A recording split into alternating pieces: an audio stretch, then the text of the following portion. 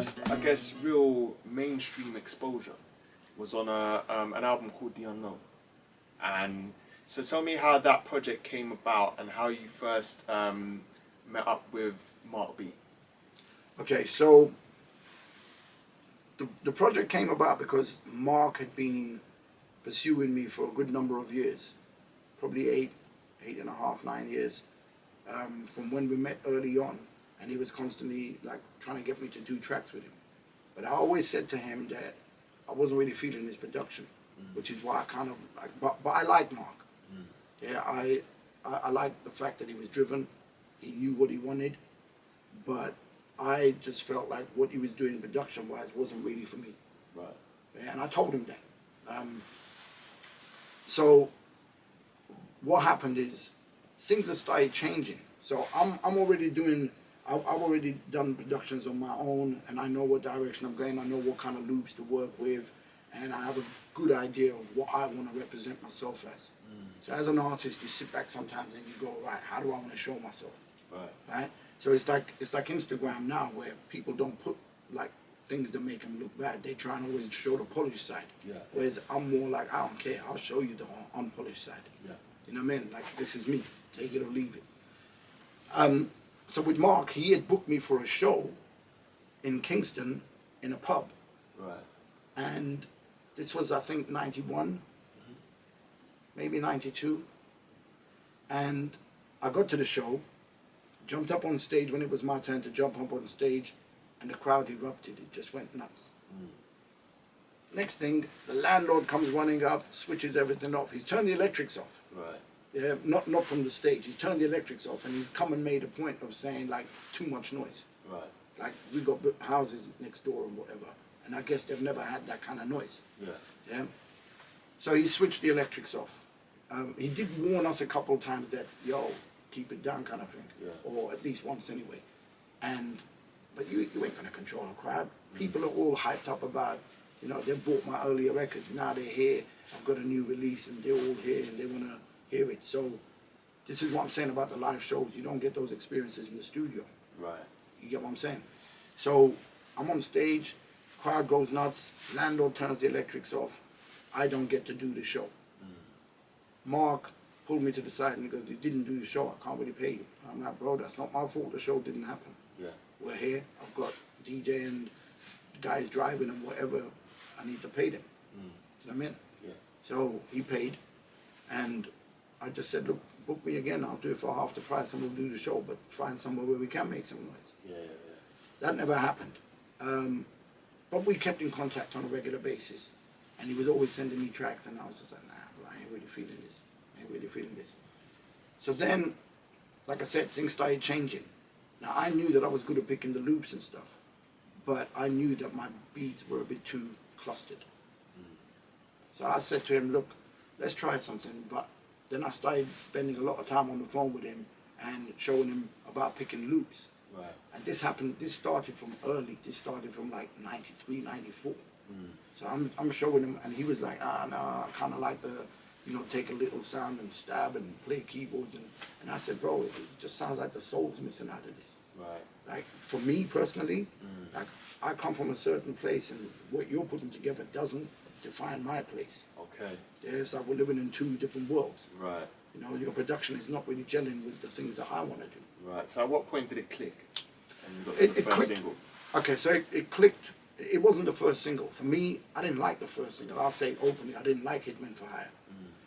The reason why I've spent a good few years showing him how to loop things up and showing him about, look, don't be scared to use loops. Because I remember at some point he was like, oh, Bismarck, he got done and we might end up going to, I'm like, fuck all of that, man. Who's gonna like come for us when we ain't selling any records? Let's just focus on making good music. Yeah. Do you know what I'm saying?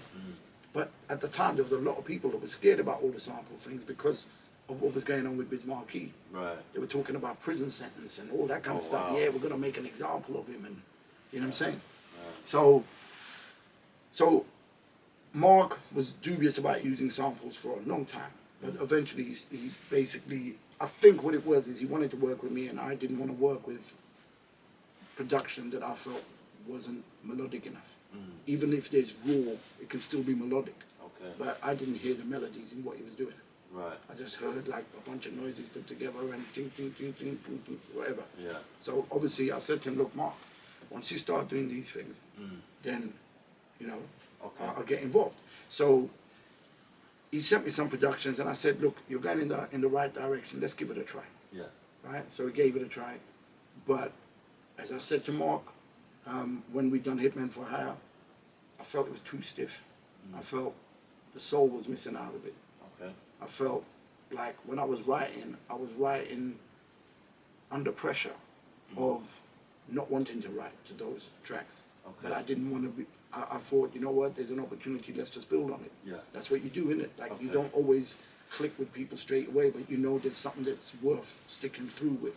Right. So I basically let Mark produce the entire first EP, which was Hitman for Hire. Yeah. But I said to him after that, we had the conversation, and I told him I didn't like it. I felt it was too stiff. This is a conversation me and Mark had. Yeah.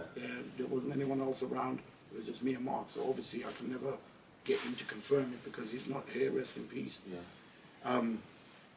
But I know what went on. Okay. And that, when we talked about, because he approached me and said, do you want to do a second single? I said, only if I can pick the loops. Okay. Yeah, you do the drum programming. Yeah. I'll pick the loops. Right. And I'll tell you what to do and how to sample it, where to sample it, and all that kind of stuff. So we spent a lot of times on the phone because he was in Barnes, Yeah. there near Kingston, and I was in New Cross. Right. So and you know, we had, back then it was OneTel, Okay. right? It was a phone company where basically you pay like £9 and you have unlimited calls. Oh, okay. So yeah, so I used to have unlimited calls to Australia, America, obviously the UK, but it would cost if you were making calls to mobiles. Yeah. But anyway, we all had landlines back then.